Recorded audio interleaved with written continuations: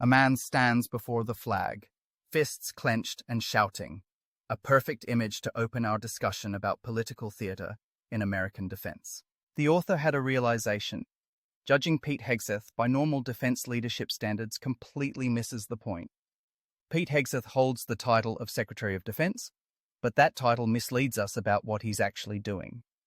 At first, the author judged Hegseth using conventional metrics, executive ability, bureaucratic management, but found this approach totally futile. Judging him by how well he runs the Pentagon is like judging a fish on how well it climbs trees. Hegseth is like that fish. He doesn't climb the tree of executive leadership because he operates in an entirely different domain. A soldier shouts commands, pistol raised, while others crouch behind, evoking the military authority central to understanding political commissars. Now we meet the Zampolit, or political commissar, a historical figure who enforces party control within military structures. A Zampolit is a specialist officer embedded in military forces to ensure perfect alignment with a political party's objectives. The Zampolit role splits into two functions: spying internally on commanders' loyalty and helping create party-approved propaganda. From revolutionary France to Nazi Germany, the Red Army to China's PLA, Zampolits have been used across history to enforce party control. Zampolits are formally assigned as deputy commanders, linking them directly to operational counterparts through shared authority. Just having Zampolits present influences commanders to align their words and deeds with party narratives, ensuring swift removal of dissenters. The first lever Zampolits use is narrative control, curating perception, to limit what people can even imagine. Centralized power structures work to reduce liberty, latitude, and variation, narrowing the universe of thought in each mind. Narrative control links directly to perception curation. Controlling the stories people use shapes how they see reality. Our distorted views of reality stem from inductive reasoning, where we generalize from tiny personal experiences to broad conclusions. The cartoon shows crowds choosing the simple but wrong path over the sparsely traveled, complex but right one. We gravitate toward easy answers.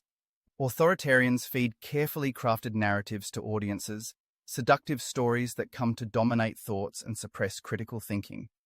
A weaponized narrative becomes popular reality through persistence. Well-crafted stories become accepted as truth. Accuracy be damned. The second lever is coerced compliance. Forcing people to stick to approved narratives prevents competing ideas from sparking curiosity. A narrative's form matters more than its content. Power comes from structure and delivery, not factual accuracy. Coerced compliance excludes competing narratives, keeping them from generating curiosity, triggering questions, or sparking debate. Where you find coerced compliance with a chosen narrative, you find authoritarian ideology, however it dresses itself up. Rows of uniformed personnel sit in an auditorium viewed from above, the mass assembly and passive compliance at Quantico. Authoritarians face a precarious balance when controlling military forces.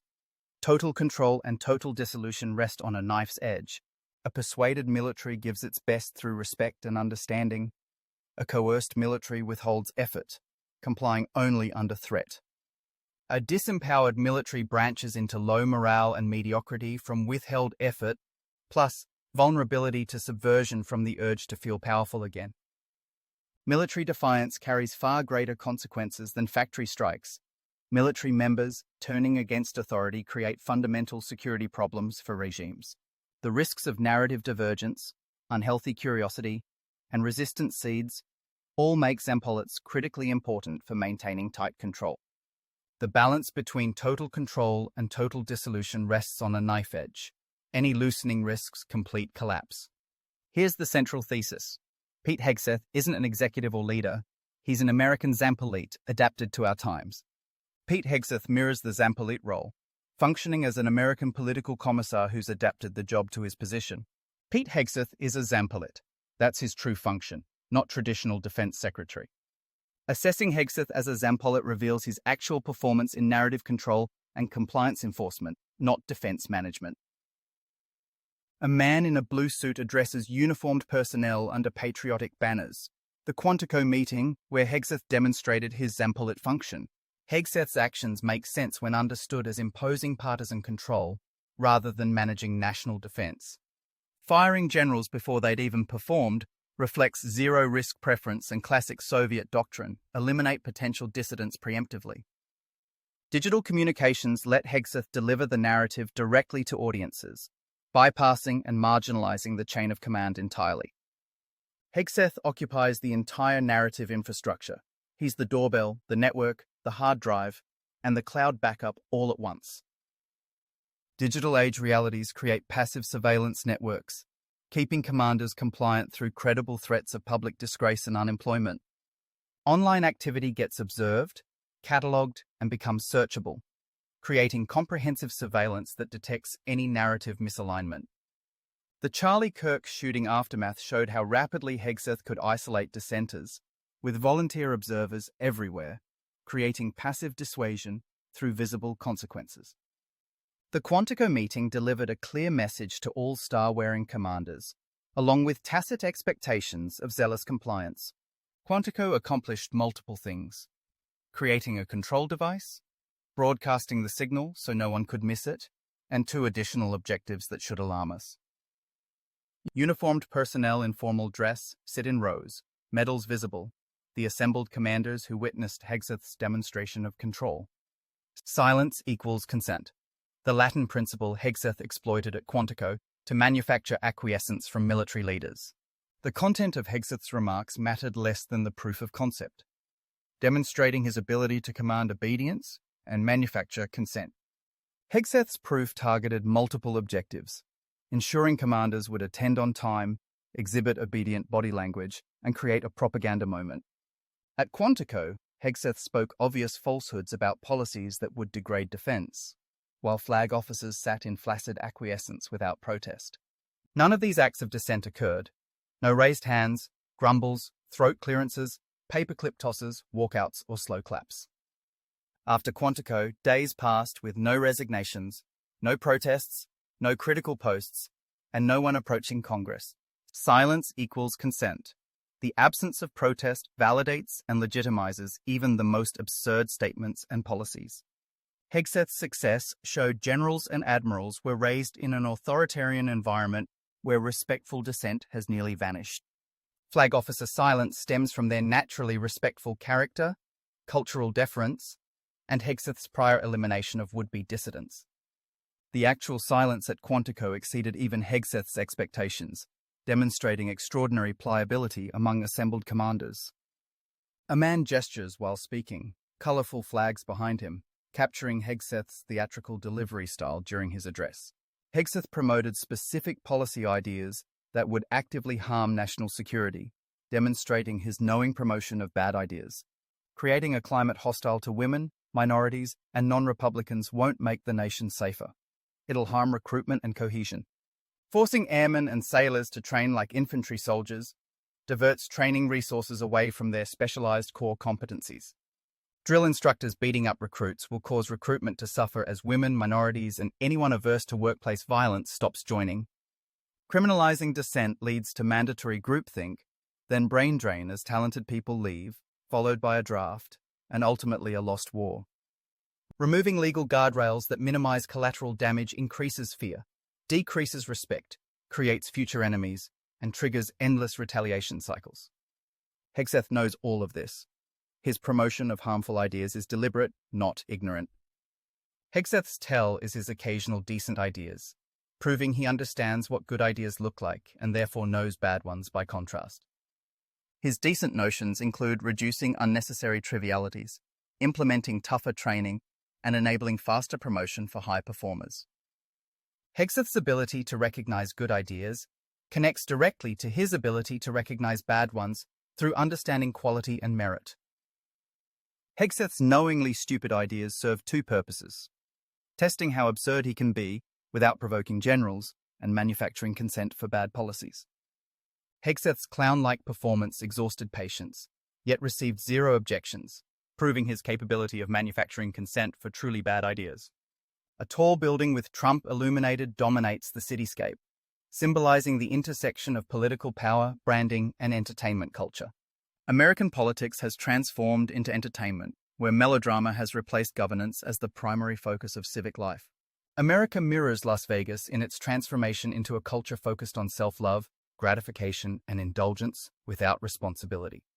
The Vegas infection spreads into politics, becoming entertainment, where melodrama and spectacle replace substantive governance. Commercial choices drive incentives, which drive governance, creating a capitalist feedback loop where entertainment preferences shape political behavior. Politics is entertainment. It's been fully transformed, prioritizing spectacle over substance. We've reached a pathological state where politicians' interests and public interests exist in completely separate, non-touching circles. Politicians' interests contrast with public interests through a complete split, creating a zero-sum dynamic where one side's gain is the other's loss. A zero-sum game creates strong distraction incentives. Politicians benefit from keeping the public focused away from genuine issues. Entertainment in lieu of politics plunges people into feelings, beliefs, emotions, and passions, sending them into irrational states where clarity is lost. Rational thought weighs costs and benefits. Irrational behavior relies on gut feelings and faulty shortcuts. Rational decisions connect to clear criteria through weighing facts, assessing causation, and estimating outcomes based on evidence. Irrationality is the domain of stupid decisions driven by faulty shortcuts, logical fallacies, and over-reliance on intuition and bias. Keeping people irrational gets them to act contrary to their interests. That's why it's so valuable to those in power. Every power structure works to limit the knowledge and bargaining power of the disempowered, targeting multiple mechanisms to maintain control. The meme shows a figure reaching for good decisions, but held back by irrationality, illustrating how irrational states prevent self-interested choices. Theatricality in politics starts as a natural element, but transforms into an icy-vein survival strategy for politicians amid crumbling empires. Politicians distribute manipulation tactics across multiple pressure points, squeezing people financially, trapping them with debt, frustrating them with friction, and eroding institutional confidence. Feeding people scary myths about aliens, tyrants, and bloodsuckers stokes paranoia until people stop trusting one another and communication breaks down. Getting people angry leads to fear, then confusion, followed by choosing sides, and culminating in hysteria where rational distinctions collapse. At that moment, put big decisions in front of people. Once they're irrational and hysterical, they'll make choices contrary to their interests. Irrational decision-making produces multiple self-defeating choices: raising own taxes, defunding essential services, accepting unsafe conditions, and supporting destructive wars. The comic shows a federal worker putting a stick in their own bicycle wheel while supporting Doge, then blaming Obama after falling, illustrating self-defeating political choices. Authoritarians recognize and exploit the zero-sum dynamic between politicians and the public to consolidate power. Authoritarians understand a sequence. Politicians screw the public eventually discovers this, then weaponizes their power, creating danger for politicians. The urge to consolidate power is associated with building barricades, moats, and high walls to protect power from threats. Controlling the agenda connects to keeping masses placated through a relationship where narrative control enables distraction. The authoritarian worldview rejects shared power, avoids messiness, and prefers commanding others rather than succeeding by wits and effort. A man in a blue suit stands with a serious expression, capturing the formal, authoritarian bearing characteristic of Hegseth's public persona. Pete Hegseth mirrors the authoritarian type through his feral aggression, toxic tough guy persona, constant violent imagery, and overwrought arrogance, concealing deep insecurity. Hegseth's authoritarianism branches into two core elements: considering politics his entire job, and using entertainment tactics to suspend his audience in irrational behavior. Hegseth's rational pursuit of self-interest requires audience irrationality. His success depends on others acting contrary to their interests. Hegseth's constant petulance and taunting attack multiple targets: Congress, generals on his team, staff members, journalists, and various other subjects. Treating flag officers like overpaid butlers entertains the rank and file, appealing to those fatigued by bureaucratic superiority and entitlement. Quantico's success produced breathless headlines, viral reaction posts, and rattled observers across military and civilian communities. Hegseth's objective was defiling norms, making commanders subservient, co-opting them into a partisan event, and coercing them into breaking laws by participating in uniform. The Quantico aftermath causes general retirements that weaken defense, safety concerns among observers, increased fear among Americans, and deepening civic entropy. Hegseth's distraction success connects to the failure of rational thinking. Few fight through spectacle to organize and mobilize civic power. Hegseth's satisfaction stems from crushing his assignment, knowing power exists in an ever-shrinking circle, and moving himself closer to its center. A large group in military uniforms sits in formal rows, badges and medals visible, the assembled commanders who validated Hegseth's control through their silence. Many misread Hegseth as merely impetuous, when he's actually executing a deliberate strategy of partisan military control. Resisting partisan infiltration of military services has been a heralded American ideal, recognizing that sworn enemies succeeded by exercising physical authority over their people. The Quantico event should have triggered alarm bells. The installation of a political commissar should set off warnings the Senate must hear. Underestimating Hegseth means viewing him as an impetuous upstart with dubious qualifications, missing his actual competence as a Zampolit. Chairman Mao's counsel warns, "It's not darkest just before the dawn. It's darkest just before it goes black, urging action while opportunities remain." As darkness begins, a window of opportunity opens where action and resistance are possible, but then that window closes as people fail to act. Current American culture is more selfish, less honest, more individualistic, and less communitarian than at any point since the Civil War. Civic malaise, loss of faith in institutions, and exposure to brain-rotting digital torpor give opportunists the upper hand for exploitation. Social media rage farming on hot-button topics maintains irrationality. Repeated emotional triggers keep people unable to think clearly. Getting kicked in the brain leads to involuntary feelings, then formation of hatred for non-existent things, and culminating in civic irresponsibility. 4 hooded skeletal figures ride horses in darkness, each associated with a social media platform, depicting social media as apocalyptic forces destroying rational discourse. The author's uncertainty about whether current regimes will fully exploit opportunities stems from questioning whether his proposition is feeling and hope, rather than rational reasoning. Processing the fact of an American Zampolit running the military connects to the extent one thinks America is starting to resemble the bad guys. The author believes no Rubicons were crossed at Quantico, but Hegseth gestured toward a distant river, and none of the 800 commanders dismounted. Whatever happens next will be scripted and captivating entertainment, serving someone's interests, just not the public's. Enjoy the show, comrades. The ironic closing emphasizes the Soviet-style political control now operating in American defense leadership.